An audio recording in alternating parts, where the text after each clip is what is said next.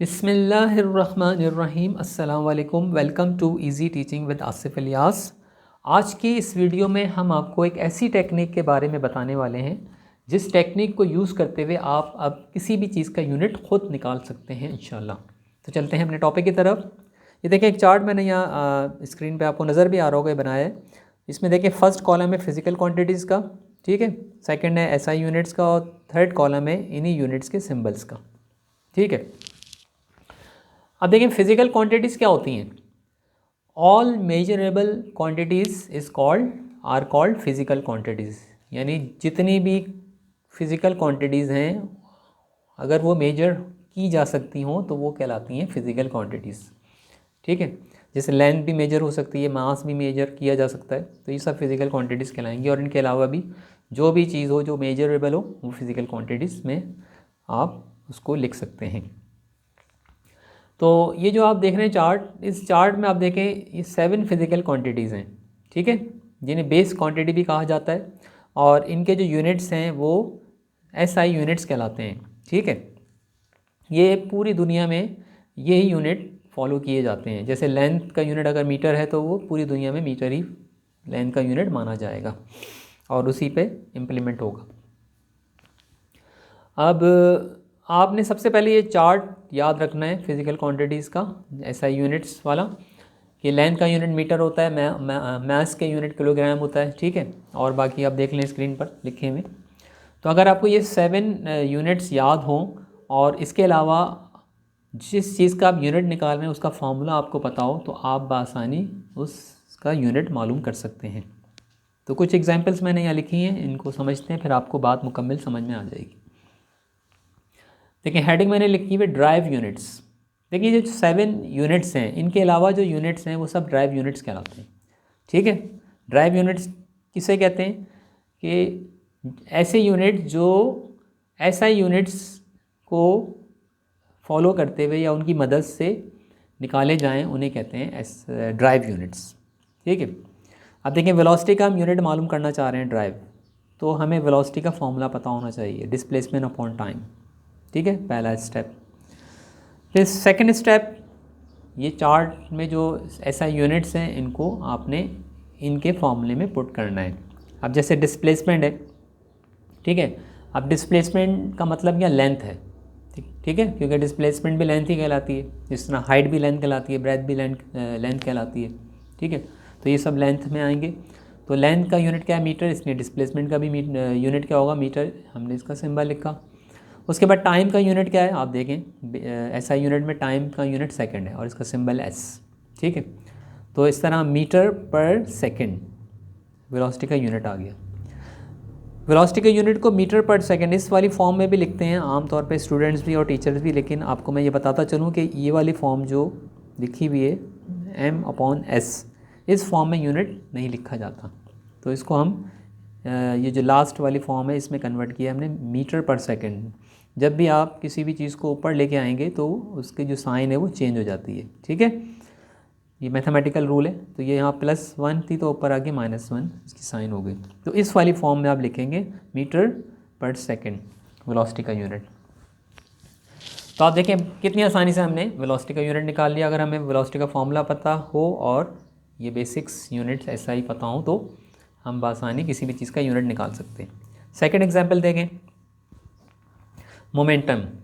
Momentum का formula है mass into velocity, ठीक है। तो अब देखिए, मास का यूनिट है किलोग्राम, चार्ट में आप देख सकते हैं मास का यूनिट किलोग्राम लिख दिया हमने, फिर मल्टीप्लाई वेलोसिटी। देखिए, वेलोसिटी अभी हमने यहाँ वेलोसिटी का यूनिट निकाला है तो हम दोबारा देंगे, वेलोसिटी का फॉर्मूला अप्लाई किया हमने, डिस्प्लेसमेंट अपॉन टाइम। फिर इसी फॉर्मूले में हमने इनके यूनिट्स लिखे इस चार्ट को देखते हुए, मीटर और डिवाइड में टाइम का यूनिट सेकंड। तो मोमेंटम का यूनिट क्या आ गया, किलोग्राम मीटर पर सेकंड, ठीक है। उसके बाद थर्ड एग्जांपल देखें, हम एक्सेलरेशन का यूनिट मालूम करना चाह रहे हैं कि एक्सेलरेशन का यूनिट क्या होता है। तो हमें सबसे पहले क्या पता होना चाहिए, एक्सेलरेशन का फॉर्मूला, ठीक है। फर्स्ट स्टेप याद रखिएगा कि फॉर्मूला आपको पहले पता होना चाहिए जिस चीज़ का यूनिट निकाल रहे हैं। तो एक्सेलरेशन का फॉर्मूला है change in velocity divided by time, ठीक है।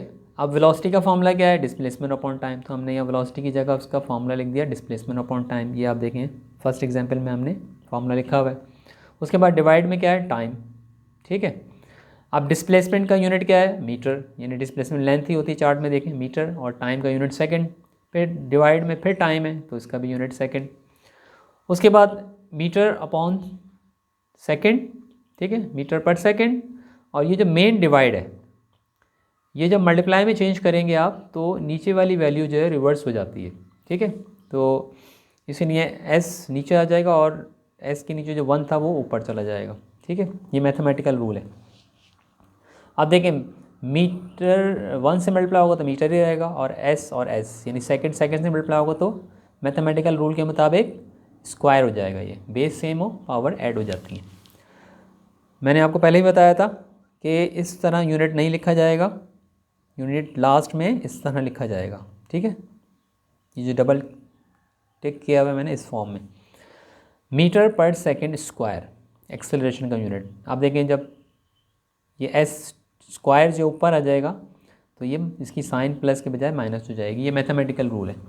तो एक्सेलरेशन का यूनिट देखें मीटर पर सेकंड स्क्वायर, ये आपने मालूम कर लिया, ठीक है।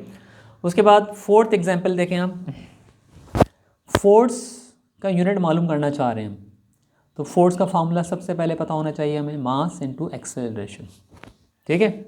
मास का यूनिट किलोग्राम, चार्ट में आप देखें मास का यूनिट क्या है, किलोग्राम, पुट कर दिया हमने। फिर एक्सेलरेशन, ये भी हमने एक एक्सेलरेशन का यूनिट मालूम किया, तो एक्सेलरेशन का फार्मूला क्या है, change in velocity upon time, तो हमने एक्सेलरेशन की जगह उसका फार्मूला लिख दिया। उसके बाद चेंज इन वेलोसिटी, ठीक है।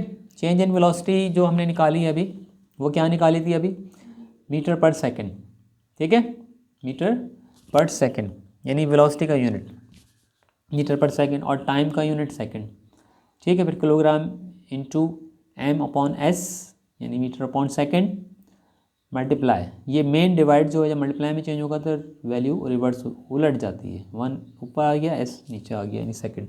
अब ये आपस में मल्टीप्लाई हो जाएंगे, किलोग्राम मीटर सेकंड मल्टीप्लाई होगा, सेकंड स्क्वायर हो जाएगा, जब ऊपर लाएंगे तो ये माइनस में हो जाएगा, तो kilogram metre per second square, ये फोर्स का यूनिट आपने मालूम कर लिया, एसआई।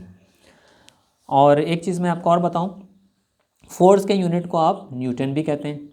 तो ये जो kilogram metre per second square है, ये जो है ये वैल्यू, जो यूनिट की वैल्यू है, ये न्यूटन के बराबर होती है, ठीक है। और इस न्यूटन का सिंबल है कैपिटल एन। तो फोर्स का यूनिट क्या बना, न्यूटन, या फिर kilogram metre per second square. तो ये चंद एग्जांपल्स मैंने आपको समझाने के लिए ये बताई हैं। तो अब आप देखें कितनी आसानी से आप किसी भी चीज़ का यूनिट खुद निकाल सकते हैं, जो रूल्स मैंने आपको बताए उनको फॉलो करते हुए, ठीक है। तो उम्मीद करता हूँ ये टॉपिक आपको समझ में आ गया होगा, अल्हम्दुलिल्लाह। तो आज के लिए इतना ही, फिर नेक्स्ट वीडियो में हम इंशाल्लाह और टॉपिक लेके आएंगे आपके लिए इंशाल्लाह। जब तक के लिए अल्लाह हाफ़िज़, अस्सलाम वालेकुम।